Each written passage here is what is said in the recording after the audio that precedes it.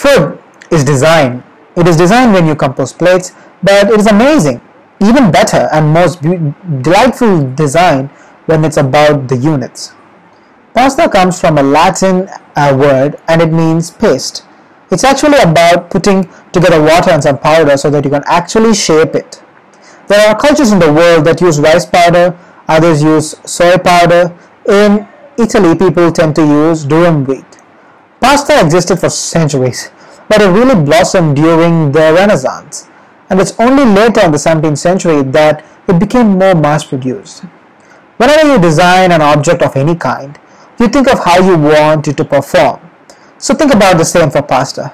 Do you want it to be ribbed or you want it to be smooth? The ribbed ones absorb the sauce better. Do you want them to be round or do you want them to be square?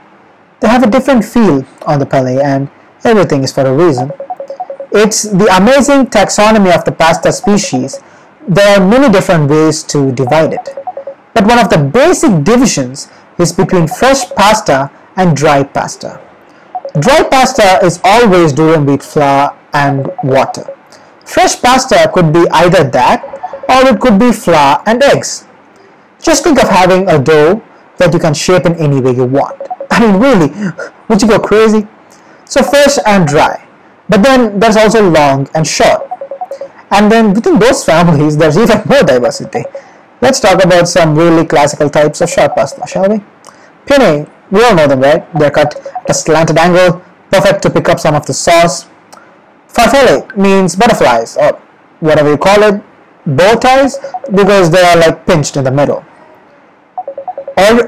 Orecchiette means little ears, and they are typical from Puglia, and they're delicious. And conchiglia shells, and of course they look like shells. They are ribbed so they can scoop up the sauce on the outside, and they are smooth on the inside. Pasta is definitely gorgeous, but the form also is about how it touches the plate, how it touches the tongue, so it's never just about giving it a shape. When you hone one object across centuries, standards become really, really high.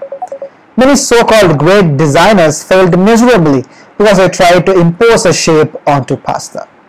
And there's no way to trace pasta back to one designer or inventor, and I think that's the beauty of it. It belongs to the people. And if you think about it, the simple mixture of a carbohydrate and water becomes the scaffold for a whole culture to be built.